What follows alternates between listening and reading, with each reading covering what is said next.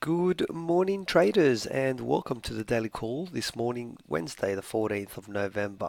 Before we get started, as always, please understand that any advice in today's session is of a general nature only and that your personal circumstances have not been taken into consideration.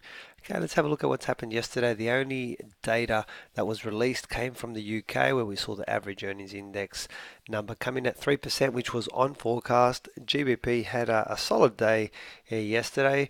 Two main reasons for that. Partially, we had that gap from the weekend, so we saw a lot of the gap traders putting pressure to close that back up, but also locally from the US, there was some news, no data releases, but just news which basically softened the US dollar as it lost ground against all the majors. So therefore, GBP USD had a solid day yesterday. That was pretty much all. So let's just now jump straight into our chart of the day. The chart this morning it's the Euro AUD. Now, I did show this yesterday. The setup is still there, but what I've done today is I've zoomed out further on my chart. And if you look at the level here that I'm showing, in the past, this level has acted as support where the market has bounced off this.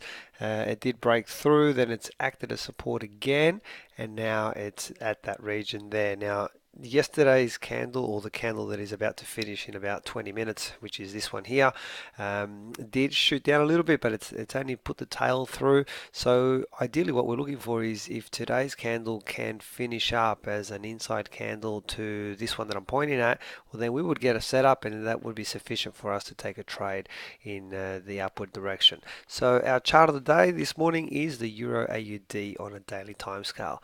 Okay, what's coming up for the session, which is about to kick off? We have at 11:30 this morning from locally from Australia, we have the wage price index number, which is due.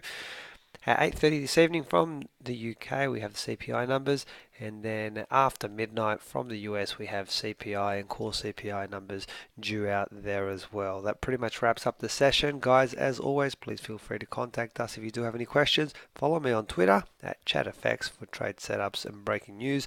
Most importantly, hope you all have a fantastic trading day. I'll talk to you tomorrow for the daily call. Bye for now.